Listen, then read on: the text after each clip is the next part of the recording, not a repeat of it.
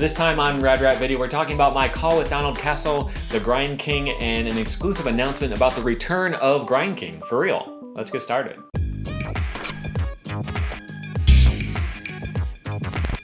Welcome back to Rad Rat Video, the channel where you can learn something new about skateboarding as much as you want, 3 times a week, as long as you're willing to go back into the archives. Things have been kind of slow around here, and I'm going to do a quick channel update before we jump into the content, although you can skip to right here if you just want to get right into the Grind King stuff. But for the rest of you guys, I know things have been incredibly slow around the channel lately, and I haven't even been able to tell you much about it just because it's been so crazy. I did post on Instagram with a little bit more details, but basically my workload has been insane. Last December, things were really slow at work, and I was going crazy with the channel. I was making tons of videos. I think I had like 2 months worth set and scheduled and good to go.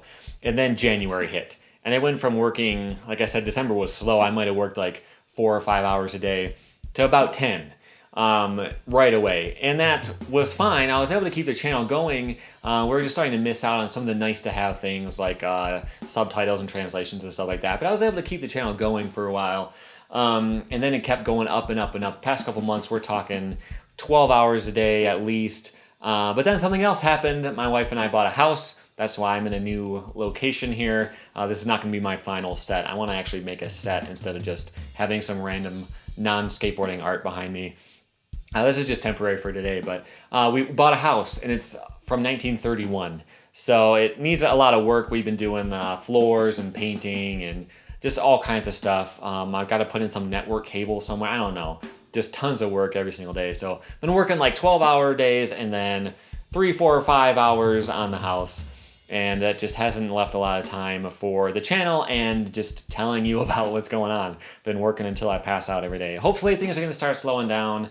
We'll get some of these last projects finished, and then the channel's going to come back. It's still a big priority. It's just not quite as high as having a floor in the kitchen, you know, that kind of stuff. So that's what's been going on. I haven't had a lunch break since December. Haven't had a day off since September. It's just been crazy, but I'm hoping to come back soon. For your sake and for my own mental health, I really enjoy doing this, and I don't love working crazy hours, but I gotta pay for my house too, so.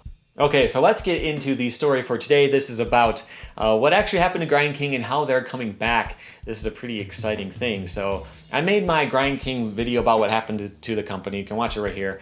And there was a lot of guesses about what happened exactly because they just kind of disappeared. There's very little info about it. There was no official press release, nothing like that. Did as much research as I could and gave you all the info I had. I'd reached out to Donald, but he never replied. But after it came out, he watched it. And I started to hear from people that were saying, hey, I know Donald, and he loved the video and he wants to talk. But I didn't get any contact info, and you know, as I mentioned, I've been insanely busy, so I haven't had much of a chance to pursue that. But finally, I was able to talk to him. He called me, and we had this long talk about all of his future plans and some stories about what happened in the past. So I want to fill in some of the gaps for that video, and then tell you all about the brand new truck coming out soon. So I mentioned in the video that he had a lot of trouble with people stealing his ideas, having to deal with you know, copycats and rip-offs in the marketplace. And there's 2 times that happened that he talked about in this conversation. First was with his bridge bolts. So those were where there's a bolt and then it connects to another bolt and you just put 2 in instead of 4. That was his brand new idea. He thought this was going to take over the skateboarding world. It was going to be hugely successful. And so he calls up Thrasher, and he wants to run an ad in the next Thrasher. And so he's talking to the ad guys, and he's telling them, like, this is what the product does, blah, blah, blah. And they say, you know what? We actually don't have any ad space this month. And he didn't know that the guy who started Thrasher also started his own truck company called Independent, and they owned a lot of other companies. They were never too forthright about being related to other brands, but they didn't want to run his ad. What happened was that next issue came out, he's flipping through it, and he finds an ad for a Bridge Bolts ripoff. So he thinks that he told them about the product and they instantly stole the idea and ran with it with one of their sister companies or something, and completely crazy. So what happened was he's trying to, you know, advertise it in other places and everything. Meanwhile, people are sending him their broken knockoffs, thinking that it's his. because they used lower grade steel and all that type of stuff.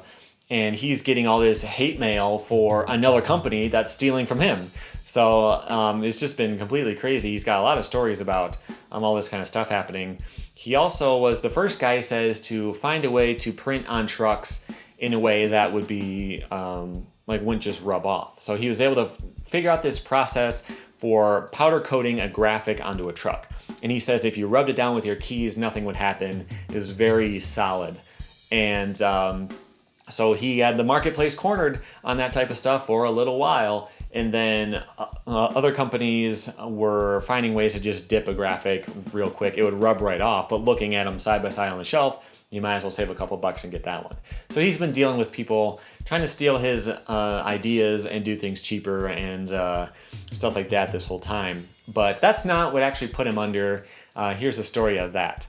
So around 2008, 2009, as you know, the big recession hit here. And he didn't know that was coming, of course. If he did, he would have been consolidating, sticking to the core brands, maybe cutting out some of the smaller ones, really focusing on saving money and that type of stuff. But instead, he had just expanded everything. He had started new brands like Grind Queen. That was his new clothing company that he was going to do. Put a ton of money into it. Was just expanding everything. He had launched a new truck. There was the GK9, which most people have never even seen.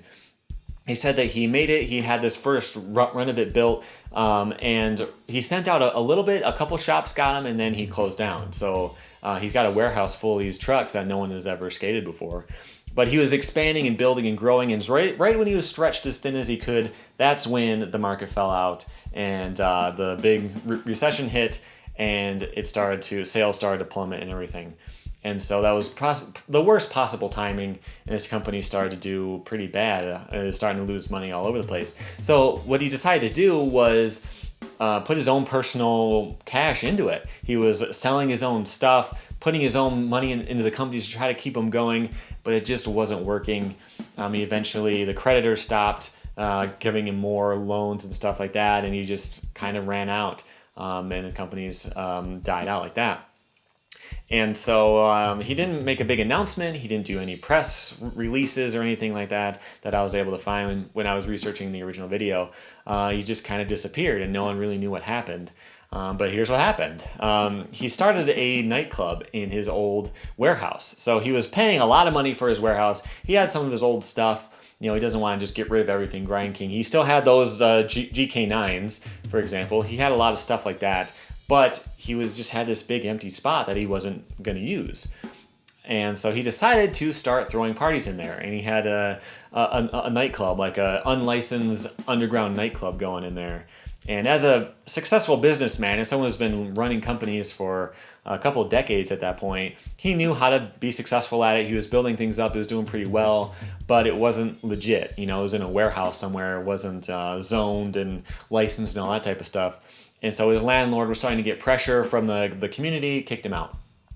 And so I believe that one was called Purple 33. He had two of them, but it's kind of funny. In my last video, I used a picture from an article about his nightclub called Purple 33, and yet I didn't mention it in the video. I'm not sure how that got missed, but that's what he was doing. He started this nightclub in his old warehouse. It was going well until he got kicked out. And so he decided to start a different one somewhere else in a new location. Things were fine with the landlord. No one was causing any problems. And then there's this big fire. There was a club similar to his somewhere else in California. It's a big fire and a lot of people died. And so the state started to really crack down on stuff like that. He said some fire trucks showed up to his place and just told him he was done. It was over. And they shut him down, and he lost that too. So he's at this point where he had lost his company. He had started something new and lost that too. He doesn't have much. He's not sure what he's going to pivot into next. He had a bunch of ideas. He was going to start a social network or a cryptocurrency, or he just doesn't know exactly what direction he's going to go. And so he decides he's going to hop on his computer. He's going to type in Grind King, see if anyone still cares about this old brand he used to do.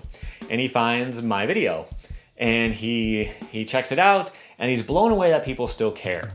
So I did all this research and made a video, but all your comments too, people talking about how much they love the old Grind King trucks and they wish they'd come back and all this kind of stuff really got him thinking.